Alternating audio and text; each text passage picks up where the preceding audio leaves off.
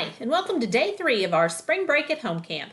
I'm Leslie, Director of Education for the United States Marshals Museum. So glad you could join me today.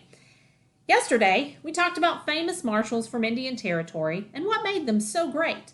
So today, we're going to take a look at some famous outlaws of the time period and what made them so infamous. As we briefly discussed on day 1, Indian Territory was a place where outlaws came from across the nation. It was a wide open country with little law enforcement and lots of places to hide. Outlaws committed a variety of crimes such as train and stagecoach robberies, bank robberies, stealing government property, including the mail and cutting trees off of government property, selling illegal items to the Native Americans, and murder. Their lives were rough, often short, because of run-ins with law enforcement or with other outlaws. Outlaws and criminals captured in Indian Territory were taken back to Fort Smith to the jail there to stand trial in Judge Parker's courthouse.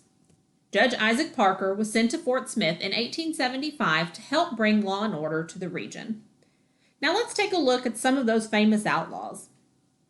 Belle Starr, whose real name was Myra Maybelle Shirley, was the daughter of a Missouri farmer, and her mother was supposedly a distant relation to the Hatfields of Hatfields and McCoy fame. Starting around age 18, she led a life of mostly petty crime, usually involving stealing horses and hiding other outlaws. She's often referred to as the Bandit Queen. In 1880, she married a Cherokee man named Sam Starr and settled with him in Indian Territory. In 1883, she and Sam were arrested by Bass Reeves and were found guilty of horse theft. They were sentenced by Judge Parker to a year in the Detroit House of Corrections in Michigan. She was arrested again in 1886, but this time the case was dismissed. Sam died in a gunfight. Belle was killed by an unknown person in 1889 when she was just 41 years old. Crawford Goldsby, also known as Cherokee Bill, also began his life of crime at age 18 when he shot a man he had an argument with. He then met up with a group of other outlaws around the territories of the Creek and Seminole nations, and the rest is history. In 1894, Bill and an outlaw named Jim Cook formed the Cook Gang and began to terrorize the Oklahoma and Indian territories. They robbed banks, stores, and stagecoaches. The gang split up in 1894 because of hot pursuit by law enforcement. Bill was captured in 1895 and taken to Fort Smith to stand trial. That summer, he attempted to escape. In the process, he killed a guard and was recaptured. He was convinced to give up by another prisoner, Henry Starr, the nephew of Sam and Belle Starr. He was later executed on the Fort Smith gallows for his crime. Ezekiel Zeke Proctor was a Cherokee Indian. During an argument, he pulled a gun on a white man, but accidentally shot the man's Cherokee wife. When the case went to trial in the Cherokee Nation in 1872, a gunfight broke out with Deputy U.S. Marshals and their posse. It resulted in the largest single-day loss of life for the Marshal Service. Zeke Proctor escaped and was chased for several months by the Marshals.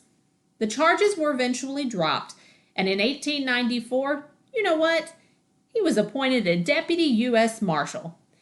The museum holds a collection of items that are said to have belonged to Zeke Proctor, and the story of the Going Snake tragedy will be featured in the Frontier Marshals exhibit once the museum opens. I hope you've enjoyed learning about some of the outlaws of Indian Territory. Your activity for today is to make a wanted poster. In your camp kit, you'll find a large wanted poster to fill out. Decide who your outlaw will be and draw their pictures along with their sidekicks and give some information about them. For a suggested activity, you have the instructions on how to do some basic fingerprinting with items commonly found around your house. During this time period, fingerprinting was just starting to become a tool used by law enforcement. Well, that's it for today. Make sure you join me tomorrow as we learn more about Indian Territory itself and the people who live there. Have a great day.